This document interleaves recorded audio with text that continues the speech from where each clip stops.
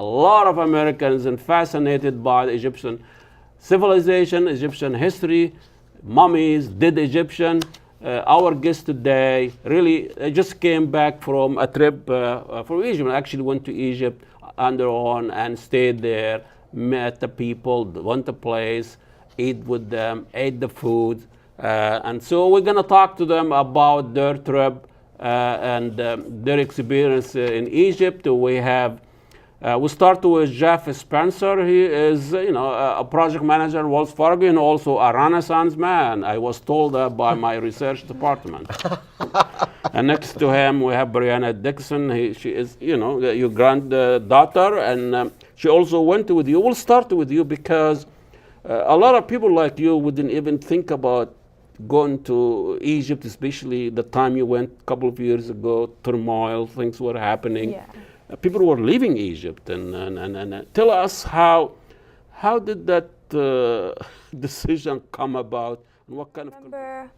I think we were just sitting down in our living room one day, and he was like, "Well, how does Egypt sound to you? I've never been out of the country before, and I always used to love Egyptian mythology when I was in a grade school, elementary." So he was like, "How does a trip to Egypt sound?" And I was like, "That sounds really good." I honestly didn't know a lot about the turmoil going on, on the other side of the world, but he got the visas and... Wait. You got the visa? Yeah. That's not... Where do you get the visa? How you get the visas these days, Jeff? Yeah, I was that. Take it from there. Well, you got to get the passports, obviously. Yeah. And then you need the visas to travel in Egypt. Did you go inside the Egyptian consulate? Oh, I just sent in the application to... Very smart.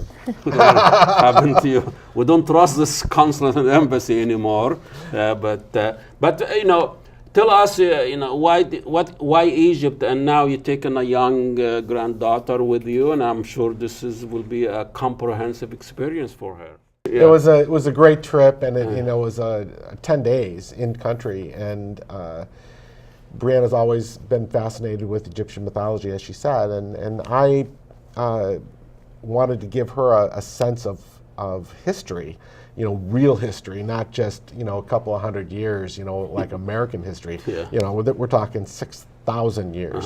I think one of the artifacts we saw was almost 10,000 years old.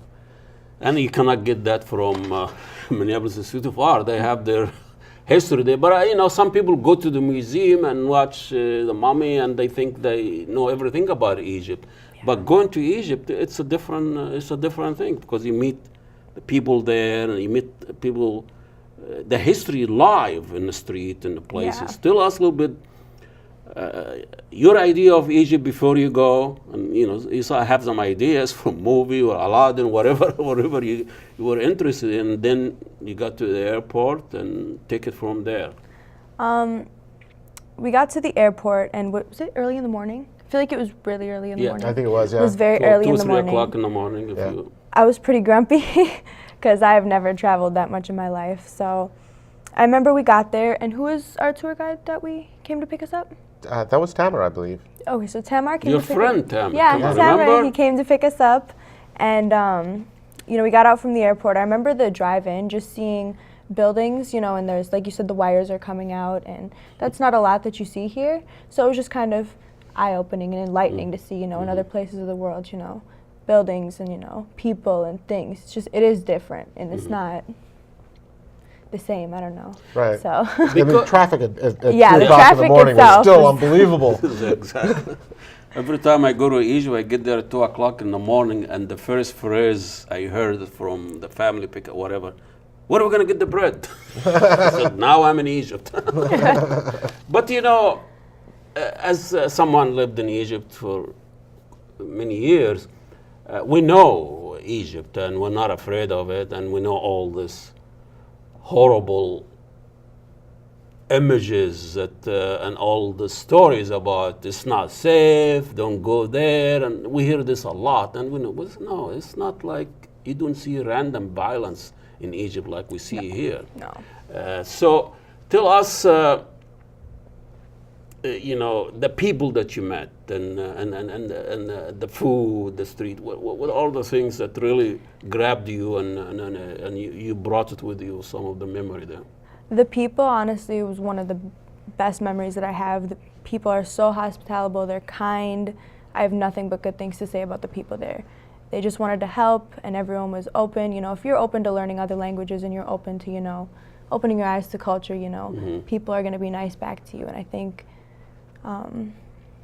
So when you say, well, how do they look at you? I mean, they look at the Oh yeah, they tourist? do look at you really differently. I remember we went to the Citadel, like you said, and there was just people like flocking to me because I don't know if it's like my hair, long red hair, but everyone wanted to take pictures with me, and everyone wanted to, you know, it was just grabbing and touching, and it was interesting. In a friendly way? Oh yeah, it was in a friendly way. You know, you got to think about it. These people, maybe they don't see this every day, you know. Yeah. So it's different for them. It was in a friendly way, yeah, for sure.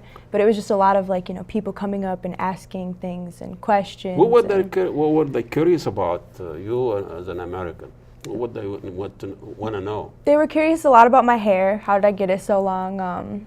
You know, what do I do? Well, they have hair there. Yeah, I think it was the color too. The red blonde color. hair or yeah, red? it was like red, brownish. Okay. I think that was like the main thing, honestly. Oh, was really? The hair and the eyes. Like people were like. They were not interested in Trump, and people, they go there, what's Trump, Obama, and So they get into politics right away. Yeah, no, the people at the Citadel were kids more my age, Oh, so I like see. they're more asking, oh, what's your It's number? kids. More, yeah, they Yeah. were more or less. Get But get a marriage proposal. yeah. That I was gonna have to like. But you know, you've been around the block for a few years, so you know those tricks. And so, what were you looking for when you were going to Egypt?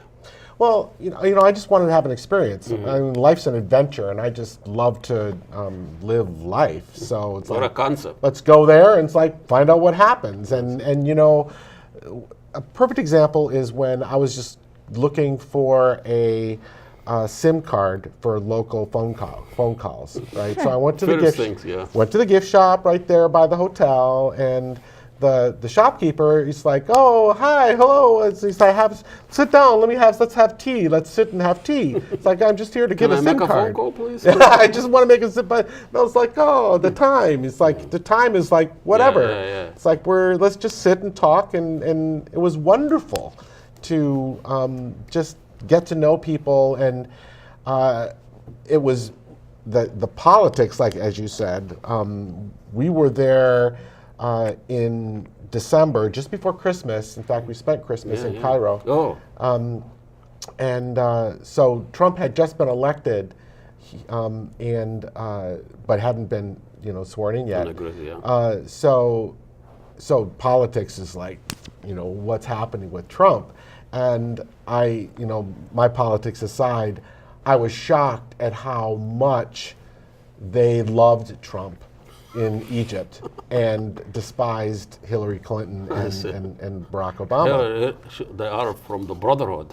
Well, they had to support the Brotherhood because, like you said, they were the Brotherhood won the election, and since you know the American government had to, you know, support free elections, they had to support the Brotherhood. So everyone, all the shopkeepers are like, "You're supporting terrorists." Yeah, It's like, you know, especially those kind of people that benefiting from the military roles, they usually take that side. It's, you know, shopkeeper and all of that. But I don't think that represent the mainstream Egyptian, because they want to topple the military regime. yeah, right. And none of the shopkeepers like the Lutheran Brotherhood. Exactly. They were, Matthew, we played backgammon. Yeah. Let's put it up on the table. And one of the few times, you know, backgammon it's just a way of life there in Egypt. And in the cafe, people play it for hours every day. It's a pastime like baseball or something. But, you know, this is probably the first time I met an American. He is really interested in backgammon. He's a master. He played every week, leagues and all of that. And I was intrigued about your attraction to backgammon as a game. You don't see it every day. You know, you see even poker, and you see people playing the thing they push and they lose. The disc they push on this, slide it on that floor, and they keep with a broom. Curling. Curling. Yeah. I mean, as dull as this curling, you don't see backgammon anyway. So tell us a little bit about your backgammon experience and what's the attraction. I learned backgammon when I was 16 years old, back in 1973, I think. Back then, backgammon was kind of on the rise, and I actually took a college course in backgammon. Here? In Michigan, Oh, at a Michigan. little community college. Yeah. And my chess instructor and suggested that, I think you'd really like backgammon. I've always enjoyed probability and statistics, and Oh, really? that game is all about probability and statistics. So I heard. I mean, it's a different culture, and the people. So when you went to Egypt, did you play it? Do they play it the same way? Are they excited about it? How's yeah. it different there, and how people relate to backgammon as opposed to here? Well, I went to a cafe with a local friend that I met, and he introduced me to all his friends, and we're, drinking the challah, I forget what it's called, challah.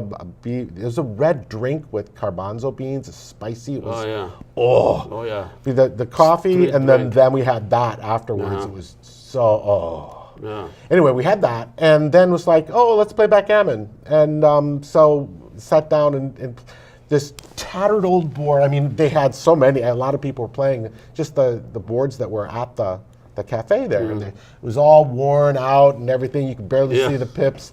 But, rolling out the dice. And it Yeah, was you can't just, even see the number of the dice. yeah, that they barely, play. yeah. So- And everybody's watching and everybody's cheering, and it's like, oh, the dice, and the miracle roll comes out and everybody screams. It was just a nice community atmosphere. And then the loser, I think I didn't lose. You didn't lose. I didn't lose, of course. You only lost here. Yeah, I think my host, he lost on purpose, but anyway, it was Hospitality, right? yeah, and then he had to buy drinks for everybody. Yeah, that's how.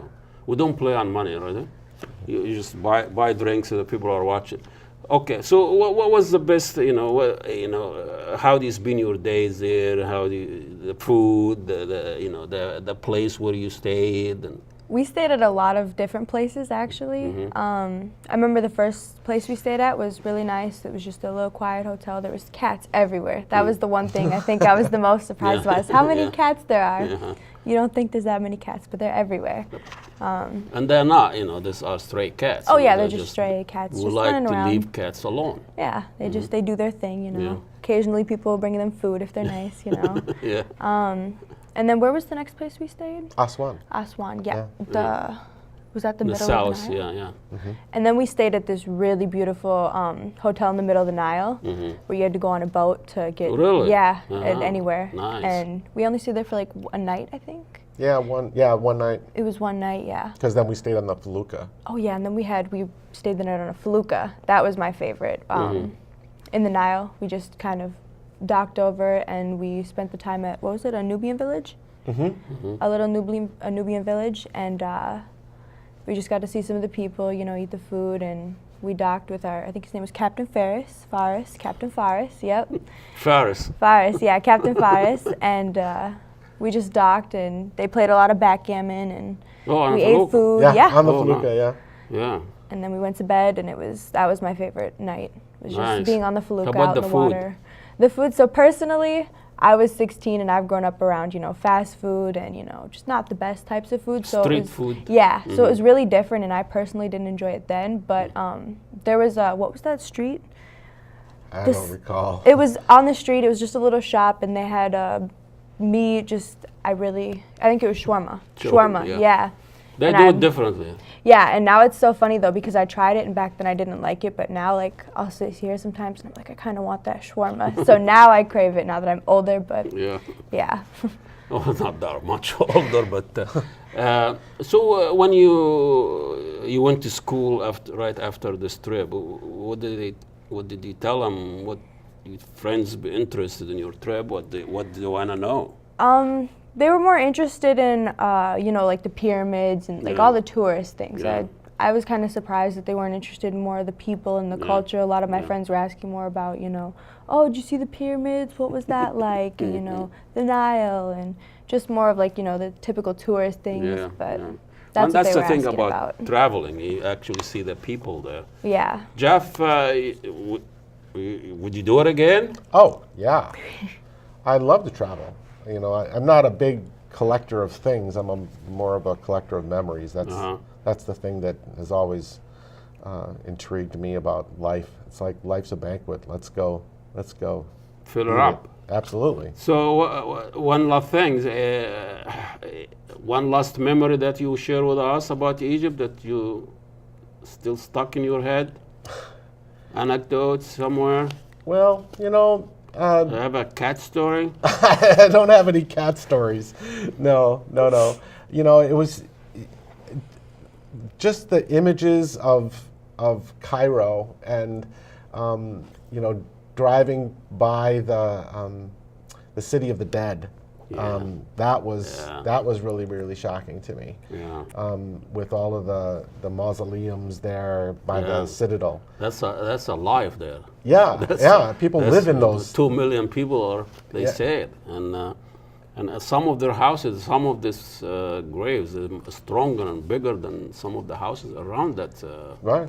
That setup. Well, thank you so much for coming and sharing your story. You went to Egypt and lived to talk about it. Yeah. It's very nice. I can't even go to Egypt myself. You guys, another white privilege here.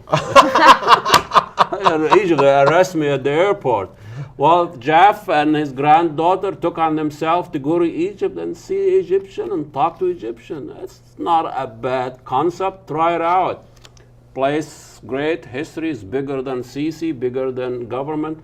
Egypt is a very old city that is very welcoming. That will end our show.